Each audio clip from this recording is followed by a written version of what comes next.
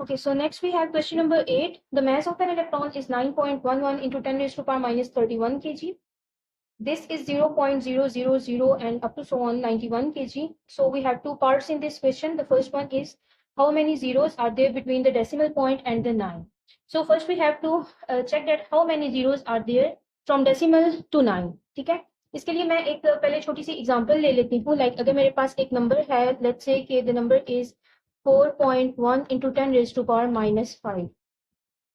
As we have seen in previous video और previous lecture कि हमने ये जो -5 की पावर -5 है, इसको हमने किस तरीके से फुल फॉर्म के अंदर लिखना होता है. ठीक है, सो हम इसको लिख लेते हैं 0.0000041. बेसिकली ये जो हमारे पास -5 था, ये हमारे पास प्लेसेस थी जितनी प्लेसेस इस डेसिमल ने मूव किया. ठीक है, तो जब हम इस पॉइंट को 5 प्लेसेस ने इसको मूव किया तो ये हमारे पास कुछ डिजिट्स बन गए. ठीक है, अब मैंने जब ये टॉपिक हमने किया था, मैंने उसमें भी ये चीज़ क्लियर की थी कि जितने डिजिट्स हमारे पास ऑलरेडी मौजूद हैं उसको तो हम एज इट इज रहने देंगे, बट जितने डिजिट्स मौजूद नहीं हैं उतने हम जीरोज बीच में लगा लेंगे. ठीक है, so here we have one digit that is 4 और 5 हमारे पास टोटल प्लेसेस है. हमने 5 में से 1 को अगर माइनस किया तो हमारे पास यहाँ पर 4 डिजिट्स थे, उसके लिए 0 बना लिए. ठीक है, सो क्वेश्चन के अंदर भी हमारे पास सेम ऐसे ही है कि अगर हमारे पास यहाँ पर 10 रेज़्ड पावर माइनस 31 था and we have 9.11. ठीक है, so there are 30 zeros between decimal and 9. हमारे पास जो decimal और 9 है इसके दरमियान में ये जो zeros हैं ये 30 हैं because 9 is itself 31st digit. ठीक है, तो ये चीज़ आपको यहाँ से क्लियर हो जानी चाहिए कि ये जो हमारे पास -31 था, इसको जब हम फुल फॉर्म के अंदर लिखेंगे so 31st digit is basically 9 itself and we have 30 zero between decimal and 9. Okay, so now for part B, work out the mass of 1 million electrons.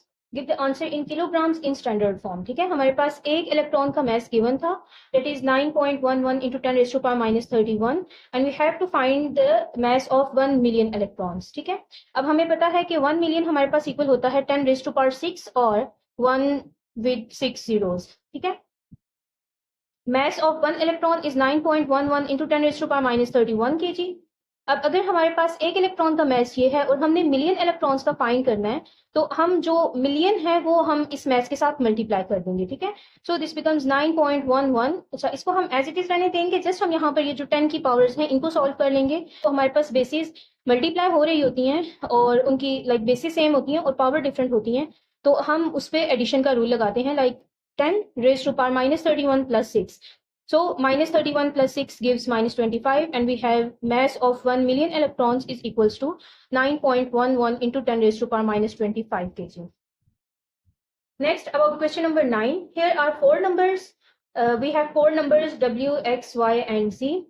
Part A is which number is the largest. We have to find the largest number.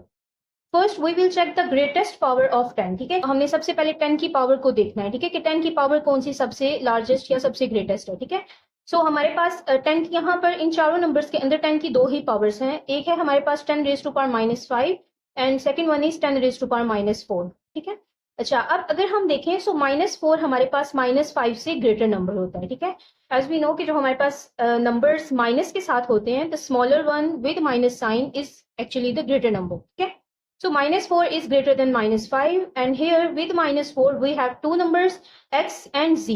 ठीक है, अब powers अगर हमारे पास 10 की power same होगी तो हमने क्वेश्चन नंबर 5 के अंदर भी ये चीज देखी थी कि फिर हम देख लेते हैं हमारे पास जो साथ वाला नंबर है वो कौन सा छोटा है या कौन सा बड़ा है. ठीक है, from 2.8 and 4 is greater.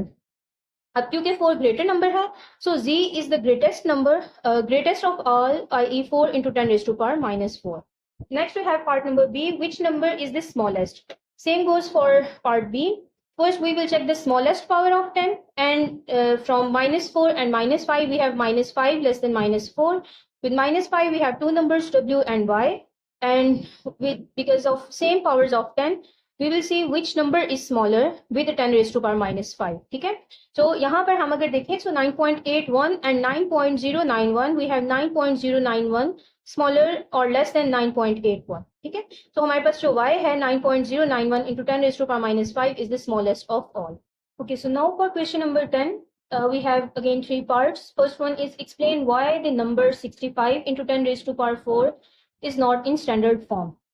So for a number to be in standard form, its decimal must be after first non-zero digit. ठीक है। अगर हमने किसी नंबर को स्टैंडर्ड फॉर्म के अंदर कंसीडर करना है तो हमने स्टैंडर्ड फॉर्म की डेफिनेशन में ये चीज़ देखी थी कि जब भी हमने किसी नंबर को स्टैंडर्ड फॉर्म में लिखना है तो जो डेसिमल पॉइंट होगा वो हमेशा फर्स्ट नॉन जीरो डिजिट के बाद आएगा। ठीक है। So in this number we have decimal after 5, not after 6, because 6 is first non-zero digit. So that's why this number I65 into 10 raised to power 4 is not in standard form. Part B is write 65 into 10 raised to power 4 in standard form. So for this number we have 65 into 10 raised to power 4.